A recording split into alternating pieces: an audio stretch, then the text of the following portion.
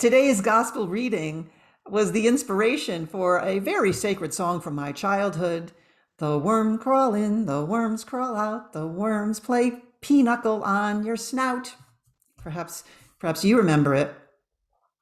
And I say that with tongue in cheek because what could possibly be the good news in all that talk of hell and worms and amputation?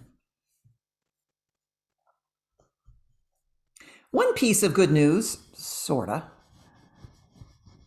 is that it turns out that the ancient people of the Hebrew scriptures seem to have struggled with the same sinful exclusivism as the disciples, and also our generation in 2021. Yet God has been speaking and teaching and guiding all of us for millennia and shows no signs of stopping. And that is good news because we sorely, sorely need it. I invite us to take the time to see what's going on in this gospel today. Those relentlessly human disciples are at it again. So recall that Jesus has just finished telling them, whoever receives one little one, such as this, in my name, receives me, and whoever receives me receives not me, but the one who sent me. That was the last line immediately prior to this gospel, and the last piece of the gospel that we read last weekend.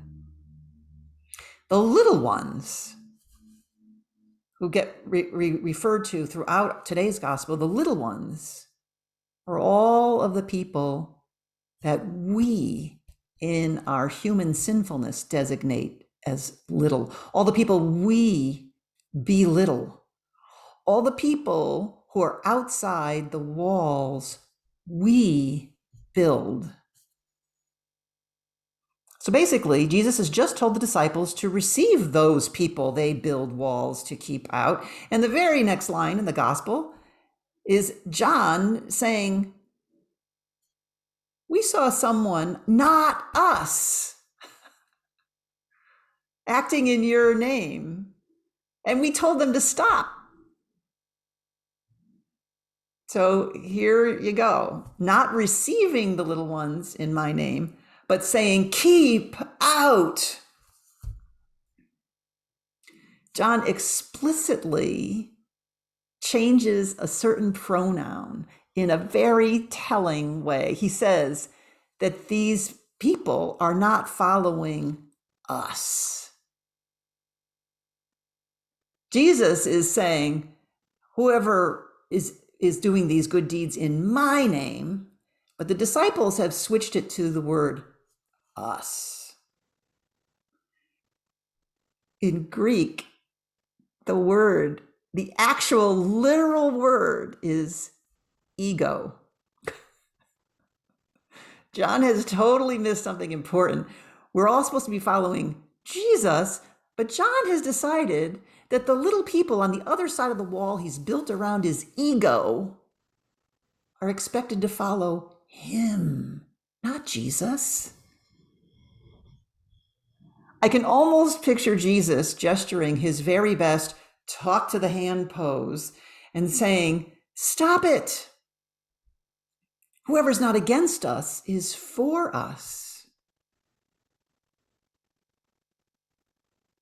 I'm telling you people to stop it. I'm telling you, don't stop them, stop yourselves. And then Jesus returns to talking about the little ones in this series of 4 incredibly dire warnings that don't really sound like good news. And the warnings are not actually about God smiting us to Gehenna, which is hell. It's actually not about God smiting us. Saint Isaac the Syrian says, the idea that God torments people in anger forever is blasphemy.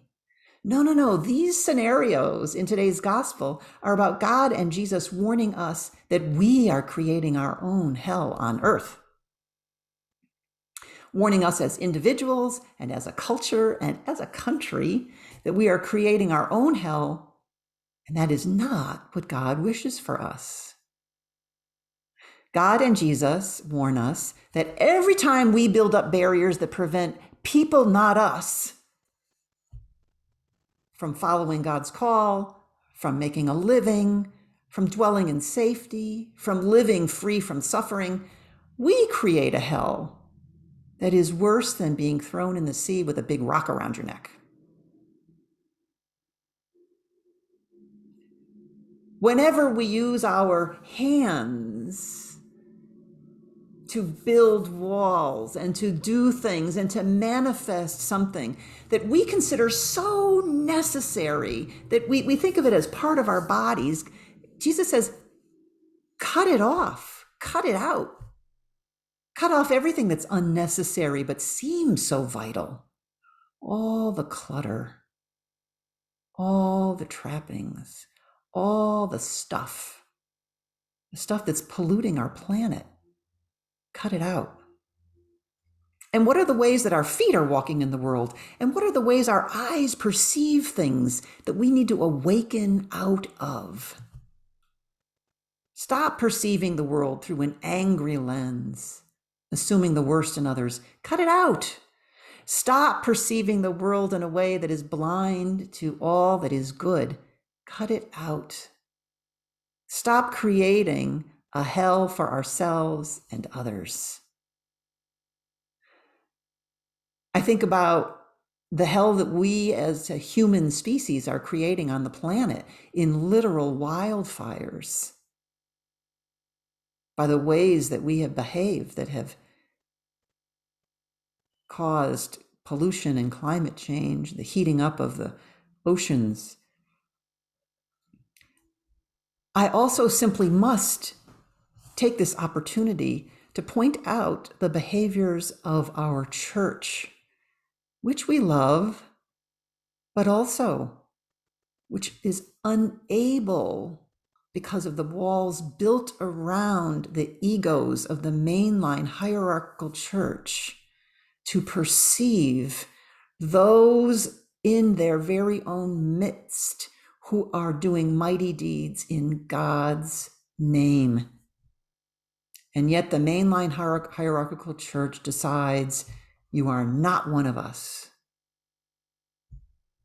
and therefore excludes certain people from certain sacraments, excludes women from ordination, excludes LGBTQ people from marriage, from full communion in the church, from ordination.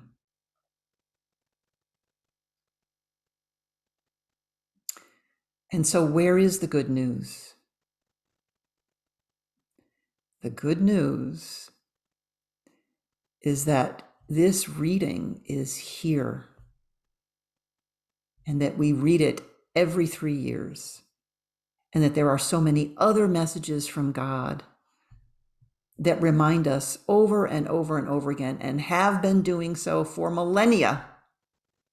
We do have a God who has been speaking and teaching and guiding all of us for millennia, and shows no signs of stopping.